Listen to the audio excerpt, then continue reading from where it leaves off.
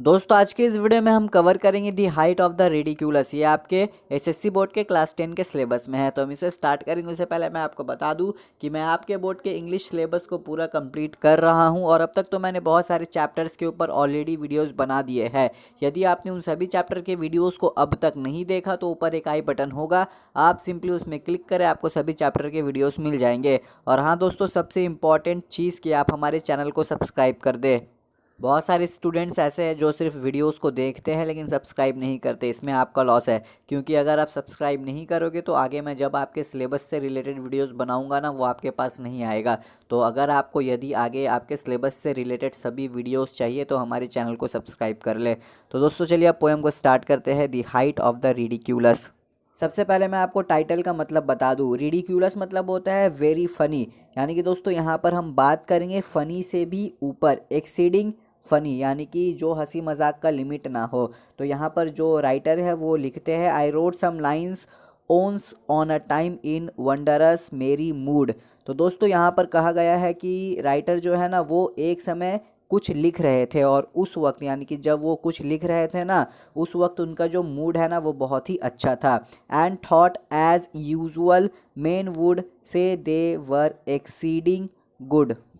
यहाँ पर पोएट ने अपने मूड को डिस्क्राइब किया है, यानी कि जैसे दोस्तों आदमी जैसा मूड में रहता है ना, उस वक्त जब पोएट इस पोएम को लिख रहे थे ना, वो अपने मूड से अच्छे में थे, यानी कि ज़्यादा अच्छे मूड में थे। गुड मतलब होता है सभी गुड मूड में होते हैं, एक्सीडिंग गुड मतलब अच्छे से भी ज़्यादा अच्छे मूड में थे पोएट।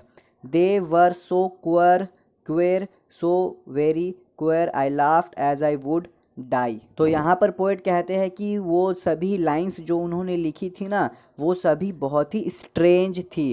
क्वेर मतलब होता है स्ट्रेंज, और नेक्स्ट लाइन में वो बताते हैं कि वो सभी लाइन बहुत ही मजाकिया थी। जी हाँ, ऐसा लग रहा था, यानी कि जो पोएम को पोएट ने लिखा था या कुछ भी पोएट ने लिखा था ना, उन सभी लाइंस को पढ़ने में ऐसा लग रहा था कि पोएट हंस हंस के मर जाएंगे। I laughed as I would die, यानी कि हंस हंस के मर जाना।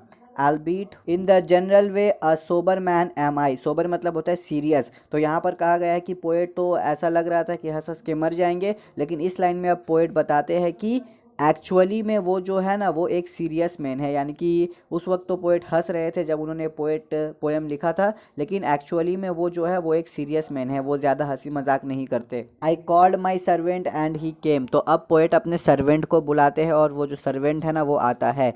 How kind it was of him to mind a slender man like me. तो यहाँ पर पोएट कहते हैं कि उन्होंने अपने सर्वेंट को बुलाया और जो पोएट का सर्वेंट है ना वो आ भी गया। और यहाँ पर अब पोएट अपने फिजिकल एग्जिस्टेंस के बारे में बताते हैं, यानी कि वो दिखने में कैसे लगते हैं। तो दोस्तों पोएट दिखने में स्लेंडर टाइप के हैं। स्लेंडर मतलब वही पतला दुबला, जी हाँ पतला दुबला। ही ऑफ द माइटी लिम्ब, लेकिन ये जो पोएट का सर्वेंट है ना वो थोड़ा हेल्दी है।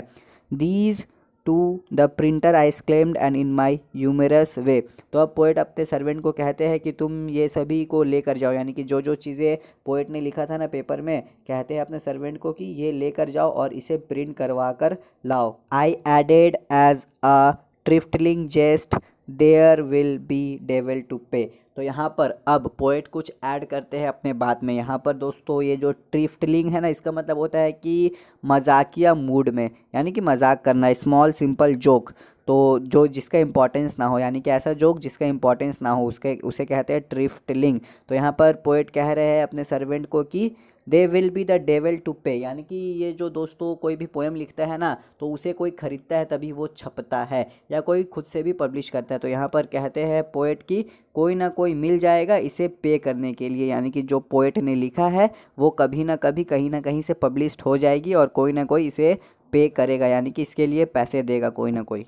He took the paper and I watched and saw him peep within. At the first line he read, his face was all upon the green। तो अब ये जो सर्वेंट है ना ये पेपर को लेता है, प्रिंट करवाने जा रहा है, लेकिन उससे पहले दोस्तों ये नज़र डालता है पेपर में, और जैसे ही ये पेपर में देखता है ना ये बहुत ज़ोर ज़ोर से हंसने लगता है।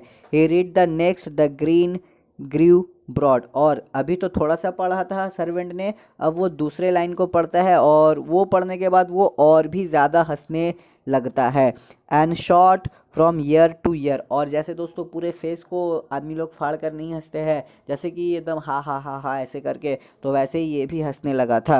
ही read the third a chuckling noise I now began to hear. तो अब जब ये सर्वेंट थर्ड लाइन पढ़ता है ना, तब वो डिफरेंट टाइप्स का नॉइस निकालता है, चकलिंग नॉइज, यानी कि आवाज़ ले लेकर ये हंसता है। The fourth he broke into a roar. और जब ये चौथा लाइन पढ़ता है ना, तब तो ये अपने होश में ही नहीं रहता। जी हाँ, ये बहुत ज़ोर ज़ोर से हंसने लगता है। The fifth his waistband split. और जब ये पांचवा लाइन पढ़ता है ना, तब इसका जो कमर में बेल्ट था या कोई भी फीता था ना, वो खुल जाता है। The sixth he burst 5 buttons and tumbled in a fit. और जब ये दोस्तों पढ़ता है सिक्स्थ लाइन, तब इसके शर्ट के जो बटन होते हैं ना, वो खुल जाते हैं। कितने बटन होते हैं आप याद रखना, 5 buttons. 10 days and nights with sleepless eye I watched that rest man. तो यहाँ पर दोस्तों पोएट कहते हैं कि 10 दिनों तक, जी हाँ, 10 दिन और रात मिलाकर जो पोएट है वो देखते रहे स्लीपलेस, यानी कि 10 दिनों से पोएट नहीं सोए और इस बंदे को यानी कि अपने सर्वेंट को देखते रहे हेल्पलेस कंडीशन में। And since I never dare to write as funny as I can. और जब से ये इंसिडेंट पोएट ने देखा, तब से उन्होंने और कोई भी पोयम नहीं लिखा इस पोयम के तरह। तो दोस्तों यहीं पर यह अजीबो गरीब सा पोयम एंड होता है। जी हाँ, बहुत ही अजीब पोयम था। तो बस चैप्टर में था, तो सिलेबस में था, तो मुझे पढ़ाना पड़ा।